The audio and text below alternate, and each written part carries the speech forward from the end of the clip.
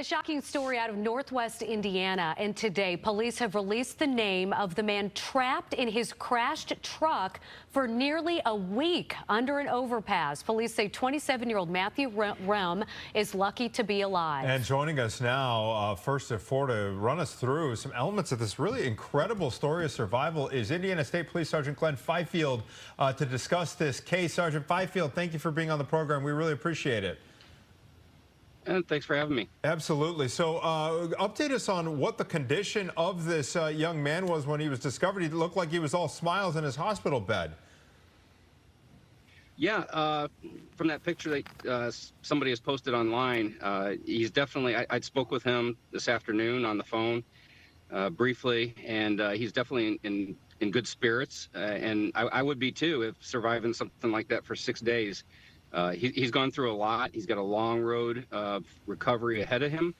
And based upon his demeanor, his personality, I have no doubt that he's going to overcome any challenges that are presented to him.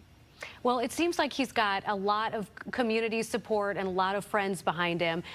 You know, I assume something like this is pretty rare, but if it does happen to a driver, what's your best advice?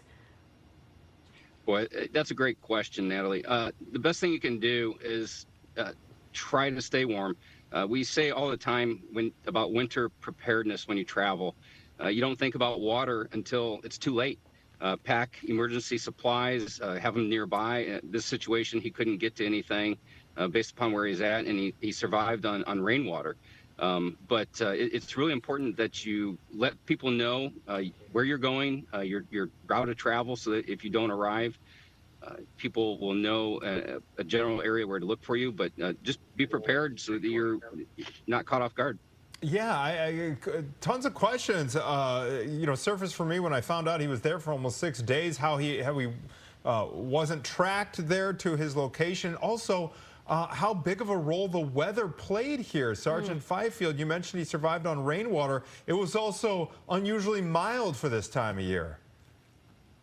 Yeah, you're right. We hadn't had any reports of any crashes in that area. Nobody saw anything. I did speak to him and found out it did happen in the late hours of last Wednesday.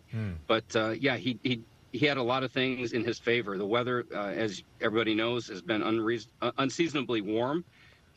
No snow, thank goodness. And the mild temperatures, we didn't have any below freezing temperatures during that entire time frame. Had we have had different weather conditions, I think we'd be talking about a whole different outcome here.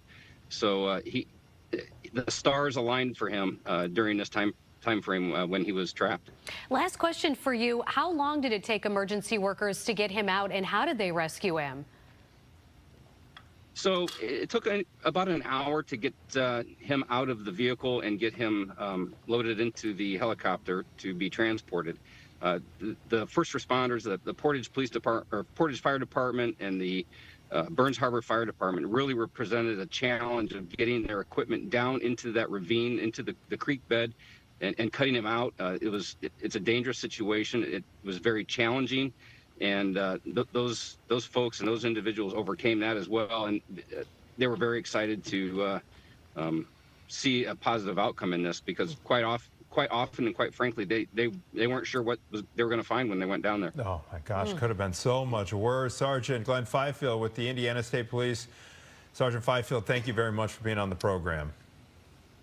Thank you, and if you guys can keep this warm weather coming, I'd appreciate it. We're going to check in with the expert himself right now. Mark, what an incredible story of survival there, and yet Mother Nature played a role in that. Really proves that miracles are still possible even today. Indeed. Huh? Yeah.